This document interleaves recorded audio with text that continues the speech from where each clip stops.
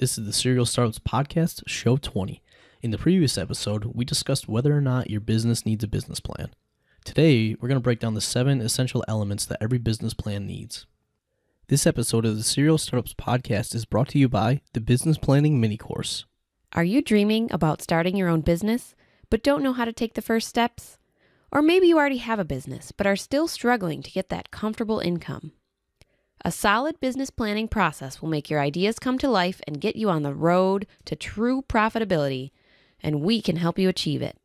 Head on over to serialstartups.co/business plan now to find out more information and get started.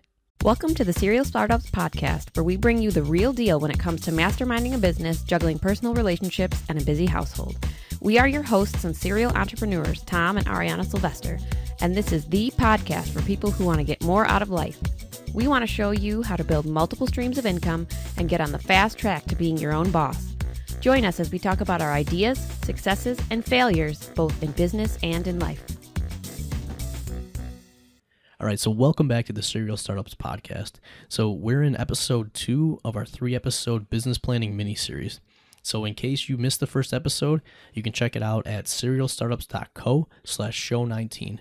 In that episode, we really talked about what a business plan is and why you need one. All right, now before we get started, I have a question. Tom, what is your least favorite thing about running our businesses? So there's a lot of good aspects, but I'd have to say the biggest thing is probably the strain and the struggle that it causes on our relationship. So, especially if you're a business owner and you're not relying on a job or a W-2 income, you ultimately have to make sure your businesses are successful. Otherwise, it's going to impact your family and your relationships. So I think some of the challenge is that it causes for us is that sometimes we have to put the businesses first, which will ultimately cause some strain on our relationship and our family, which, our why and our reason for doing this is ultimately to have a better life and family and relationship. So, any entrepreneur out there knows it's a struggle to basically say, well, when do I have to put the business first? Then how do I make sure that I'm not impacting the family too much? Because eventually it'll be the other way and I won't have to worry about it. Mm-hmm. But, especially as you're in that startup phase, there is going to be an impact on your family and relationships. So I struggle, kind of finding that balance. And I think you pull me back in a lot. That's the reality checker in me. Absolutely. But, on the flip side, I think one of the nice things about that is it forces us to communicate and kind of work through those things together. And then I think ultimately our relationship grows stronger as we do those things. For sure. It definitely does. So what about you? What's your least favorite thing about us having our own businesses? I think my least favorite thing is because I'm running them from home, technically working from home, being constantly on call for those day-to-day issues that come up and having to all of a sudden drop everything to take care of them. It's kind of a struggle because when you're a work from home mom, you've got the kids, and we've got 2 kids under the age of 4. So it's a little tough sometimes to be able to drop everything and take care of those issues. And I have to do that because, those are our businesses. And like you said, those are our livelihoods. We have to make sure that they're running well. But it's also, I'm home with the kids and I have responsibilities to them. And it's a little tough for me sometimes to get that balance between the two, I think. Yeah, and I think, our mini-series obviously is around business planning. And I think if you do business planning well, obviously you're still going to run into some of those struggles. Correct. But I think it forces you to really get that right and make sure that you set up the business right and you set up the right people so that hopefully it's not causing too much of an impact on your relationship. And hopefully you're not kind of constantly getting those calls day to day. And I think one of the key things is, when we look back and review what's going well and what's not, it's always those what isn't going well that we look at, well, how do we make that better? Well, and one of the pluses to running a business nowadays is that technology is everywhere. So the fact that I have a smartphone and I have a laptop and I can kind of take care of those issues wherever I am is very helpful because, I might be in the living room with an angry baby and I can kind of answer a text or answer a phone call, an email with my phone and kind of put out the fire initially. And then as soon as I have a free minute, then I can go and do what I need to do. And that's actually an excellent point. So prior to that technology and being able to do that stuff remote, you might have to actually go and physically be somewhere and Yeah, do I would something. be in so much trouble if that was the case. Yeah, and that's a great point. With the technology, you may be able to, send a text or have, especially if you got the right, systems and people set up, someone else actually take care of it, and you're just kind of guiding and, coordinating those people. Yep. All right, so here's what we're going to go through today. We are going to first talk about the 3 types of business plans. Then we're going to hit on those 7 essential sections common to every business plan. And then we're going to throw in a little bit of additional information when you're seeking business partners and investors. As a reminder, we are offering a free business planning template. You may want a copy as we go through today's show so that you can kind of create your own business plan. To get that, you can head on over to the show notes page at serialstartups.co/show20 to download your free copy. All right, so with that, let's jump into today's show, the 7 essential elements of a business plan. All right, so we want to talk about a couple things first. There are many, many formats out there for business plans, and it can be really overwhelming for someone who's just jumping in and may not have that business background or that management background. We want to make sure that you're not getting too overwhelmed. You don't need to have anything specific, as we talked about in our last episode. It doesn't have to be a certain length or a certain format. It just needs to be what you need for your business. We personally have gone through a ton of them over the years with our business plans. I am usually a little lost when we talk about business plans. We have set on a more simple one now that we've gone through a couple so that we can really just get down to the basics and what we need for our goals. Yeah, and I mean, I can't tell you how much time, I spent early on when we were starting these businesses because, there's a lot of stuff to learn. And, it was like every site I went to had a different business plan and a different format.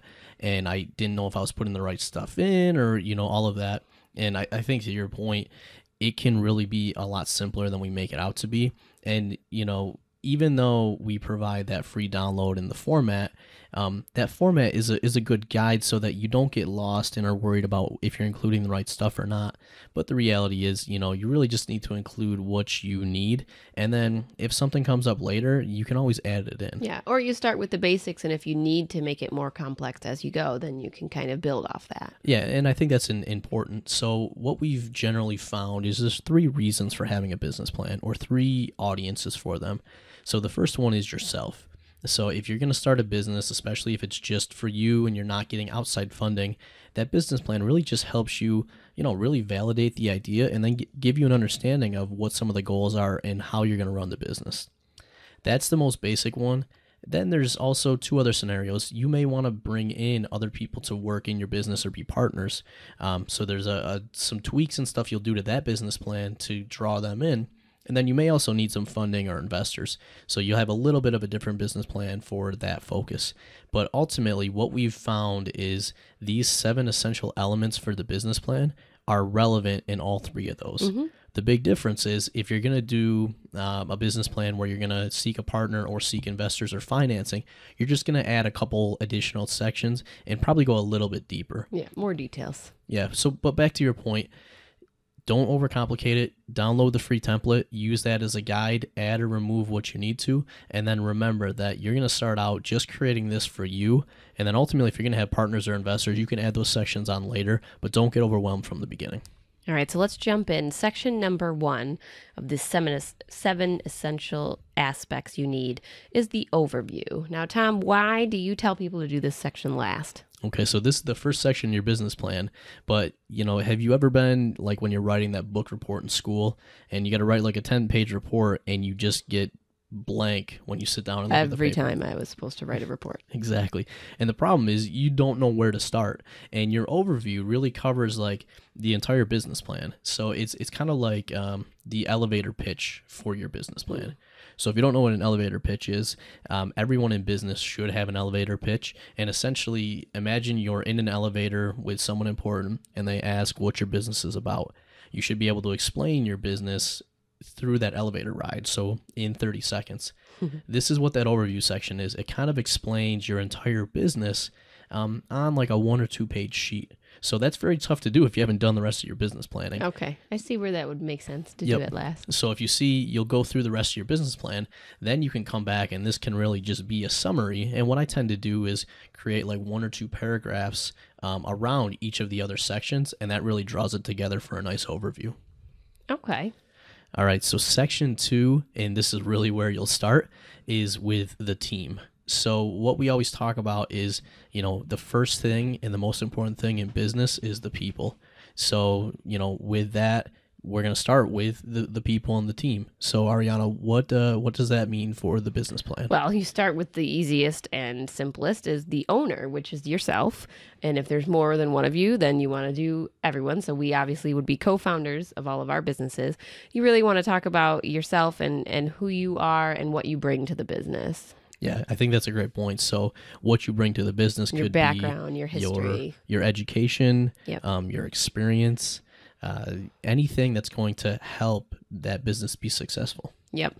And then you also want to make sure that you're including any other members. If you have any other employees, you want to put what their roles are down on paper, or if it's only you to start, but you have some people that you may think you need to hire at some point to help you out, you want to make sure you're putting those roles in so that when you need to hire someone, you have that position already detailed. Yeah, and that's a great example. So you have, every business has key roles. So someone's got to handle the financial piece, someone's got to handle the marketing piece. So at the beginning it may all be you, but especially if that's a weakness you have, you may want to call out that this business requires a lot of marketing, so we're going to need that role, and maybe it's filled by someone else in the future. All right, so section 3 is your operations. Now, this is a big chunk of your business plan. Absolutely. So I like to break this out into 2 different sections. The first one is really, how does it work from the outside perspective? So if you're going to explain your business, how does it work? And then the second one that we'll get into in a little bit is really, how does it work behind the scenes to support that? So how does it work from an outsider customer perspective?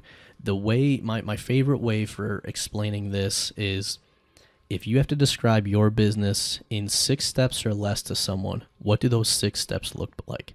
So for example, your customer starts out and they do this, and then they do this, and then they do this, and then they're ultimately happy. So by going through 6 steps, you make sure that you simplify your business down enough so that you can explain it. And really, anyone should be able to understand what your business is after looking at those 6 steps. Now we'll jump into the next portion, which is how does it work from behind the scenes? This is where you really get into your process management.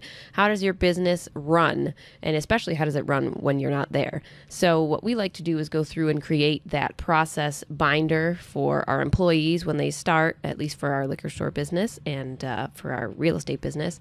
And it really goes through, what does it take every day to open your business, or what does it take every day for your business to run, and how do each of those processes work? What are each of the steps? You want to make sure you go through and detail that out as much as possible so that you have everything down and you can kind of see what works and what doesn't and where you need to fix things. Yeah, and I think what is key here is that as you go through and actually define that out, you're not going to create all your standard operating procedures or all of that in your business plan, but this is going to be a good glossary for then what you have to build out to actually support that. Yep.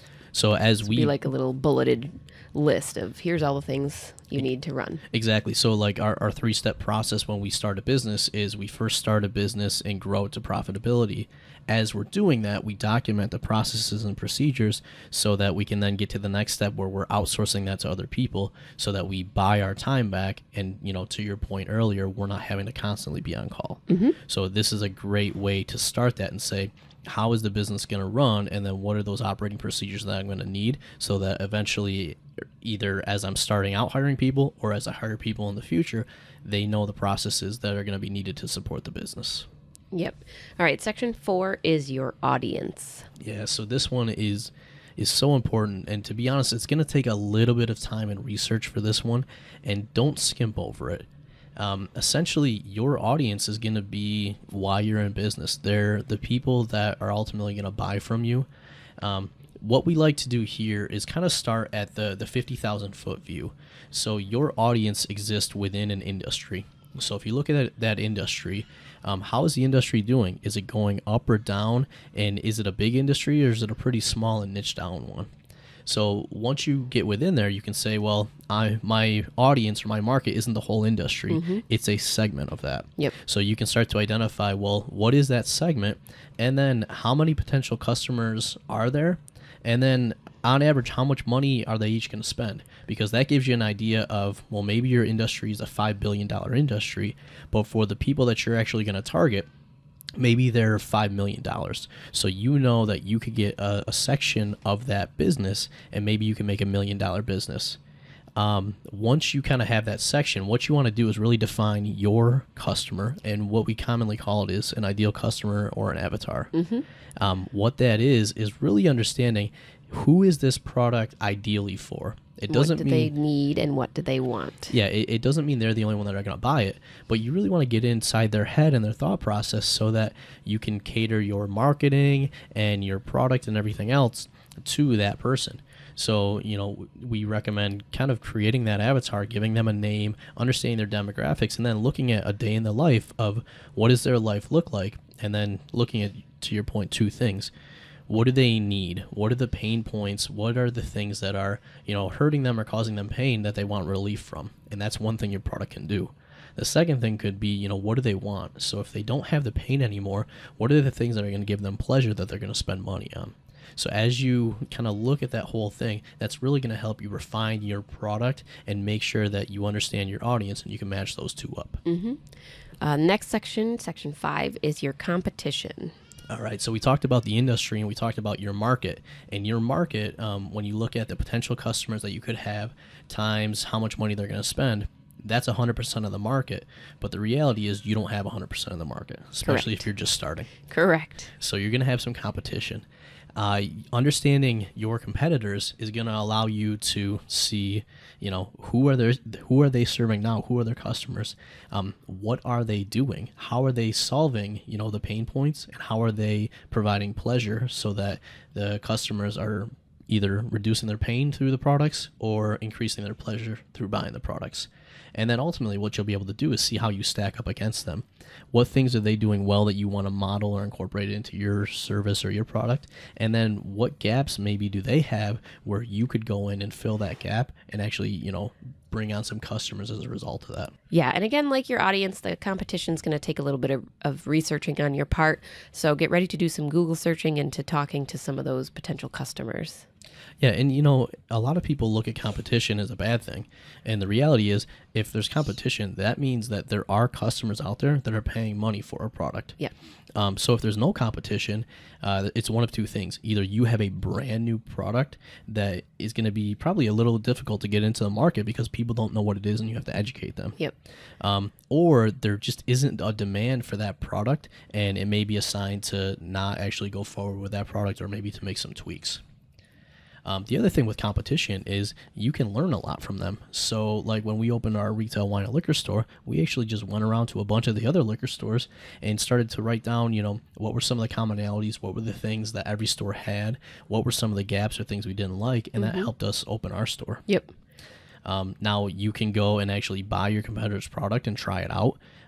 You can, really understand how is their product satisfying those needs and those wants or not satisfying it. So you can get a lot of information just by studying your competition. Yes.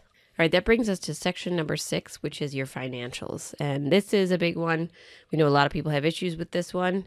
And one of the first and foremost problems that a lot of startup entrepreneurs have is they don't look at their startup expenses. Yeah, absolutely. I mean, when you're going to start a business, you really got to look at, what do I need to start that business? And then how much is that going to cost? You may be able to fund this yourself, or you may have to go out and get some investors or, get some loans. So it's very important, especially as you start talking more and more money, that you understand what is it actually going to cost to start this business. Yes. And then also people don't look at their projections for those first, 3 to 5 years.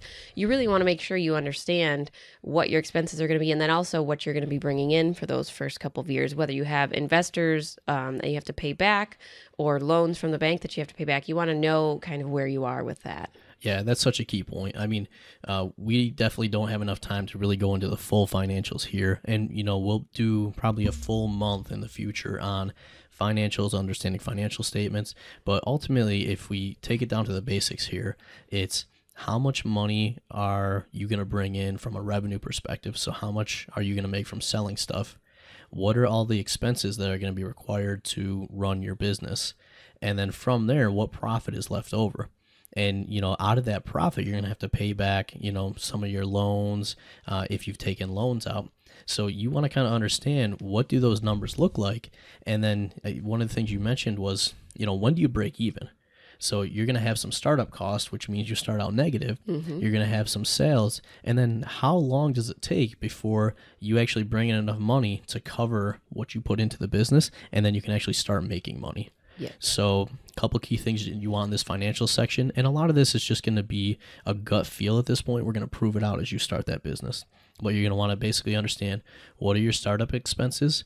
What does your income statement and your balance sheet look like for at least the first 3 years, but ideally the first 3 to 5 years?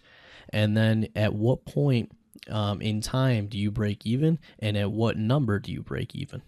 Okay, and that brings us to our last section. Section 7 is the roadmap.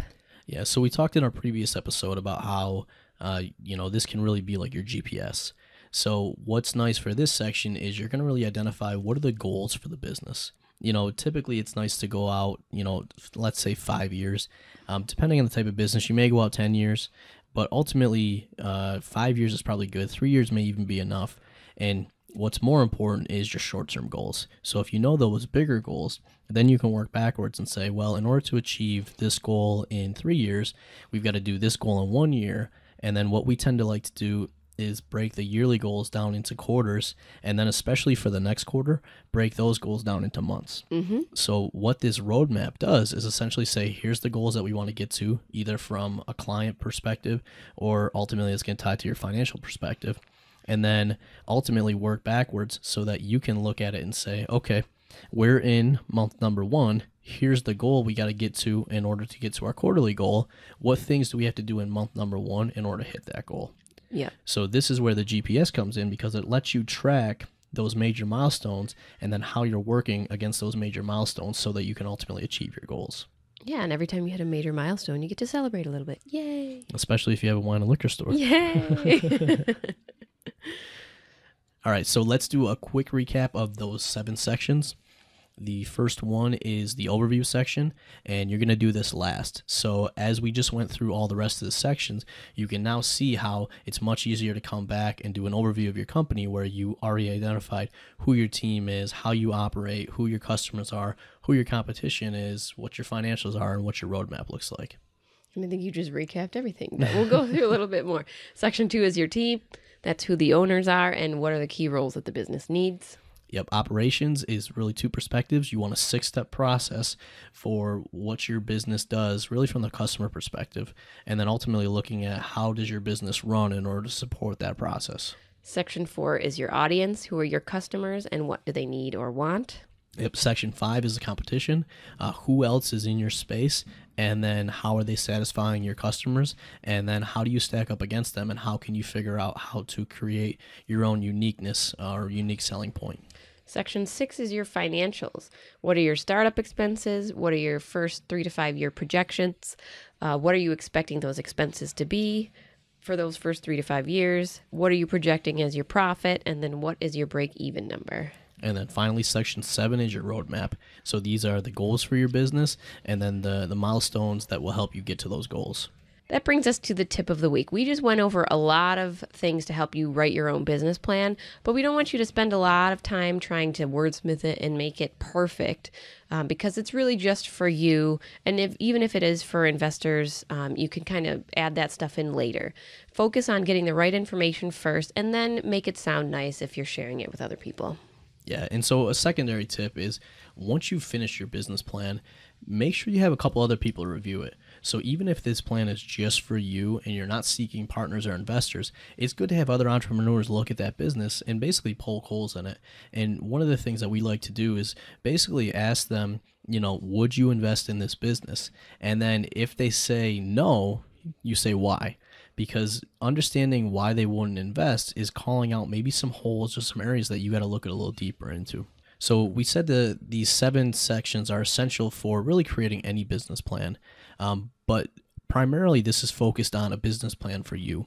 So if you're ultimately going to go out and get partners or investors, you're going to need some additional sections. So we're not going to go too deep into this here, but ultimately what a partner or what an investor is going to look at is, have you done your research? And then ultimately, what's in it for them? So what benefit are they going to get from being a partner in your company, or what benefit are they going to get from being an investor in your company? So they're really going to want to look at the financials and then understand how that's going to benefit them. All right, so there's a lot of information in here. You can check out the show notes at serialstartups.co/show20, and then make sure to head over there and get the free download for this episode, which is the free business plan template that includes the 7 sections that we walked through today. And our next episode, we're going to bring it all together and tell you how to use your business plan in your business. All right, awesome. So that's our show for this week, guys. We'll talk to you next week. All right, have a great week, guys. Bye. Do you want a free copy of the template that we use when we create our business plans? Head on over to serialstartups.co/BP template to download your free copy. And if you want a step-by-step guidance for creating your business plan and how to use it to grow your business, head on over to serialstartups.co/business plan for access to our business planning mini course.